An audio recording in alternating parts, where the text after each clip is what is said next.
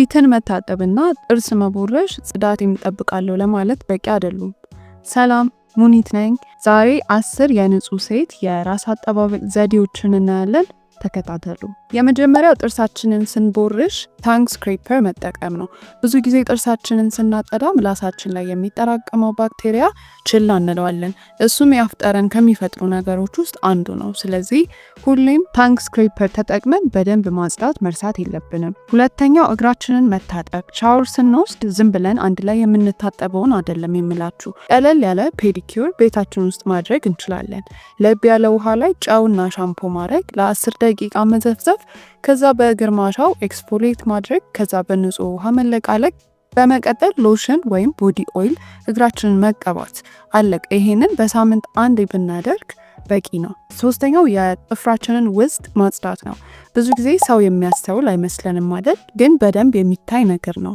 ለጤናችንም ቢሆን ጥሩ አይደለም። ስለዚህ በስቲኪኒ ወይም በብሩሽ ምግብ ካበሰልን ወይም ስራ ከሰራን በኋላ ወይም ምግብ ከበላን በኋላ ማጽዳት መርሳት የለብንም።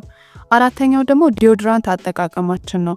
ብብታችንን ሳንታጠብ ወይም ሻወር ሳንወስድ ዲዮድራንት ወይም ሮል ብብታችንን የምንቀባ ከሆነ ዛሬውኑ ማቆም አለብን።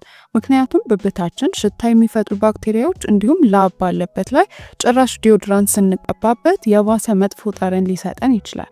ዲዮድራንቱም ኢፌክቲቭ አይሆንም። ስለዚህ ምንጊዜም የታጠበ ቆዳ ወይም ብብት ላይ ዲዮድራንት መጠቀም መርሳት የለብንም። አምስተኛው ጆሮአችንን ማጽዳት ነው። የጆሮ የውጭውን ፓርት ለማጽዳት ውሃና ጨርቅ መጠቀም እንችላለን።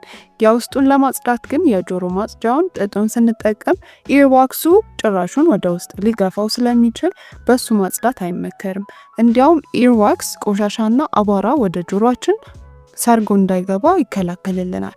ነገር ግን አንዳንዴ ሲበዛ ጆሮ ማሳከክና ጆሮ መደፈን ያጋጥመናል። ስለዚህ ወይ ኦይል ጆሮአችን ላይ አድርገን በቀስታ ማሳጅ ማድረግ ወይም ደግሞ በውሃ የውስጡን ፓርት ለማጽዳት መሞከር። እንደዛ ሆኖ ለውጥ ከሌለው በሐኪም ጆሮ መታጠብ የሚቻልበት ዘዴም አለ።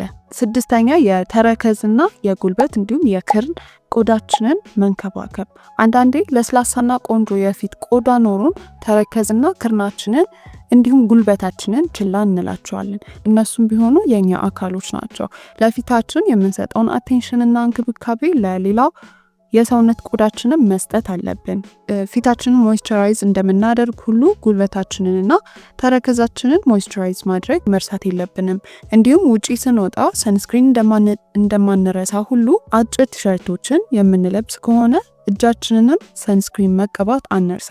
እጃችን ከፊታችን በተለየ መልኩ የሚጠቁሩበት አንዱ ምክንያት ይሄ ነው። ሰባተኛው የአይን ሽፋሽፍትና ቅንድባችንን በሚገባ ማጽዳት ነው። ሳይጸዳ የተረሳ ማስካራና አይላይነር እንዲሁም ኩልና ሻዶ ስንታይ ጽዳታችንን ከሚቀንሱ ነገሮች አንዱ ነው። ስለዚህ በሚገባ ሜካፕ ሪሙቨሮችንና ኮተን ፓዶችን ተጠቅመን ማጽዳት መርሳት የለብንም። ስምንተኛው የትራስ ጨርቃችሁን ቶሎ ቶሎ መቀየር ነው። የትራስ ጨርቃችሁ የፀጉር ቅባት፣ ላብ እንዲሁም የተለያዩ ቆሻሻዎች ያርፉበታል። ስለዚህ ቶሎ ቶሎ የትራስ ጨርቅ መቀየራችን ለፊት ቆዳችን ጤና አስፈላጊ ነው። ዘጠነኛው የሜካፕ ብሩሻችሁን በሚገባ ማጽዳት ነው።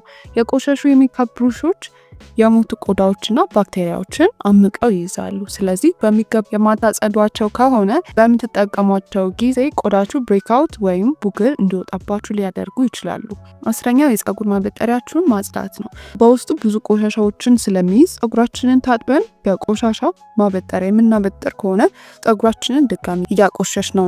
ስለዚህ በሚገባ የፀጉር ማበጠሪያዎቻችንን ማጽዳት መርሳት የለብንም።